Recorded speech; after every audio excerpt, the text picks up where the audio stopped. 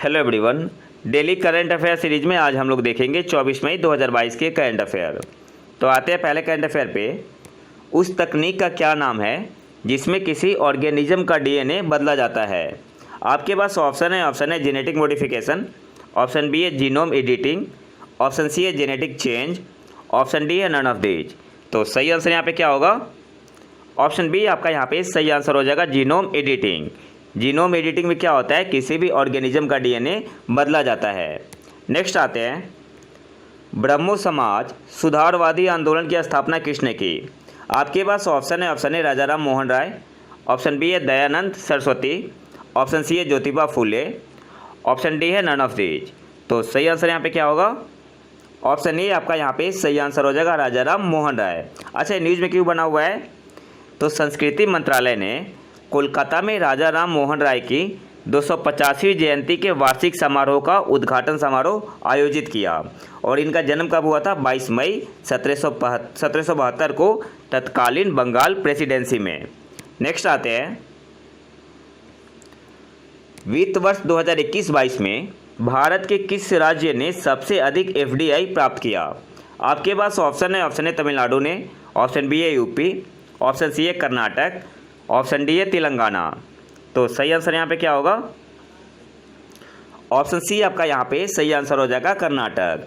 Financial year 2021-22 में भारत के किस राज्य ने सबसे अधिक एफडीआई प्राप्त किया? तो सही आंसर यहाँ पे क्या होगा? ऑप्शन सी, कर्नाटक ने। अब थोड़ा डिटेल देख लेते हैं। कर्नाटक तो सबसे टॉप पोजीशन पे है भारत में राज्यों में, और कर्नाटक के बाद कौन सा स्टेट है? महाराष्ट्र 26% के साथ, और इसके बाद महाराष्ट्र के बाद है दिल्ली। तो पहले पोजीशन पे कर्नाटक है, फिर महाराष्ट्र है और फिर दिल्ली है। और कंप्यूटर सॉफ्टवेयर और हार्डवेयर के क्षेत्र में जो सबसे ज़्यादा एफडीआई मिला है वो भी कर्नाटक को ही मिला है। और फिर कर्नाटक के बाद है दिल्ली, कर्नाटक के बाद है दिल्ली और फिर है महाराष्ट्र। ओवरऑल देखा जाए तो सबसे टॉप पे कौन है? कर्नाटक राज्यों में कर्नाटक है, फिर महाराष्ट्र और फिर दिल्ली। लेकिन कंप्यूटर सॉफ्टवेयर और हार्डवेयर के क्षेत्र में कर्नाटक एक नंबर पे है, दूसरे पे दिल्ली है और तीसरे पे कौन है? महाराष्ट्र। और तीसरे पे क्या, दोनों बराबर ही है, दोनों 17% है। ठीक है, दोनों 17% ही है। तो कर्नाटक के बाद दोनों दिल्ली और महाराष्ट्र एक ही पोजीशन पे है। नेक्स्ट आते हैं, आयुष्मान भारत के तहत स्वास्थ्य रिकॉर्ड का प्रबंधन करने के लिए आभा ABHA आयुष्मान भारत स्वास्थ्य खाता मोबाइल एप्लीकेशन को किसने लॉन्च किया? आपके पास ऑप्शन है नीति आयोग, ऑप्शन बी है राष्ट्रीय स्वास्थ्य प्राधिकरण, ऑप्शन सी है RBI, ऑप्शन डी है CSIR। तो सही आंसर क्या होगा? ऑप्शन बी आपका यहाँ पे सही आंसर हो जाएगा, राष्ट्रीय स्वास्थ्य प्राधिकरण ने। आभा मोबाइल एप्लीकेशन किसने लॉन्च किया है? राष्ट्रीय स्वास्थ्य प्राधिकरण ने। इसका फुल फॉर्म क्या होता है? ABHA आभा का आयुष्मान भारत स्वास्थ्य खाता। ठीक है, और इसको इंग्लिश में क्या बोलते हैं? राष्ट्रीय स्वास्थ्य प्राधिकरण को नेशनल हेल्थ अथॉरिटी। नेक्स्ट आते हैं, वर्ल्ड इकोनॉमिक फोरम द्वारा यात्रा और पर्यटन विकास सूचकांक में भारत कौन से स्थान पर है?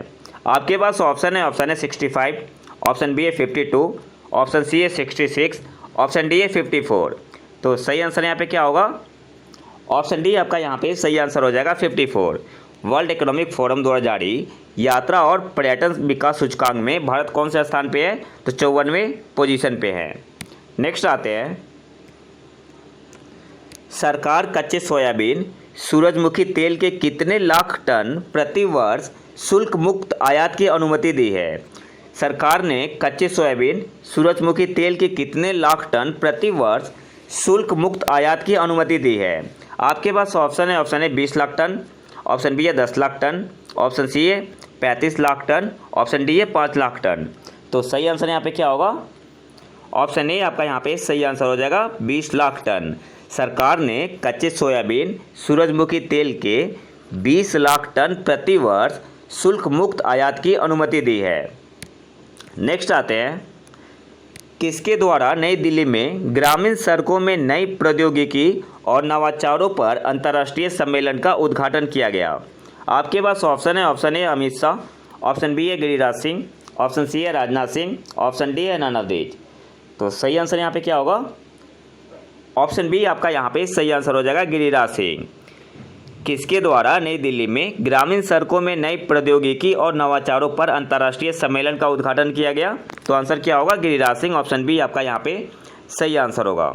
नेक्स्ट आते हैं, किसने नए alliance of CEO climate action leaders India की घोषणा की जो तेजी से डीकार्बोनाइजेशन की दिशा में काम करेगी?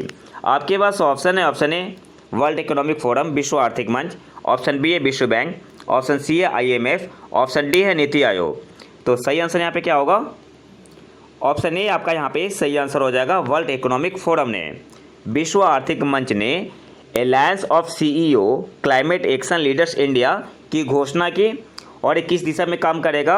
जो तेज़ी से डीकार्बोनाइजेशन की दिशा में काम करेगा। अच्छा, यहाँ से कुछ इंपॉर्टेंट क्वेश्चन बनते हैं।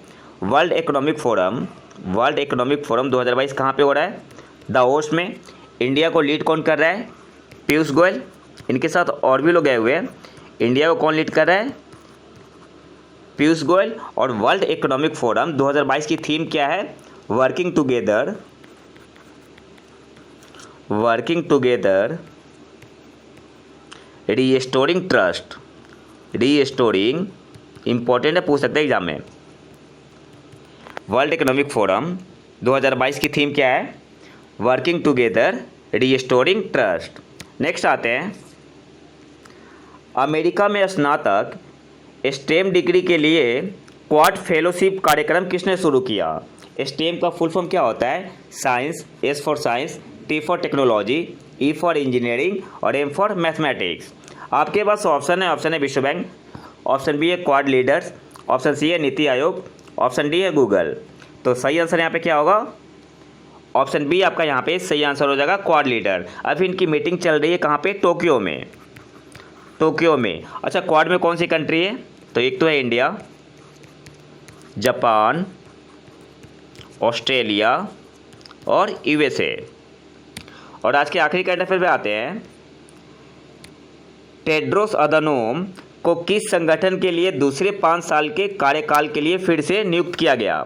आपके पास ऑप्शन है WHO, ऑप्शन बी है यूनिसेफ, ऑप्शन सी है वर्ल्ड बैंक, ऑप्शन डी है UNSCR। तो सही आंसर यहाँ पे क्या होगा? ऑप्शन ए आपका यहाँ पे सही आंसर हो जाएगा, WHA। तो ये तो था हमारा 24 मई 2022 का करंट अफेयर।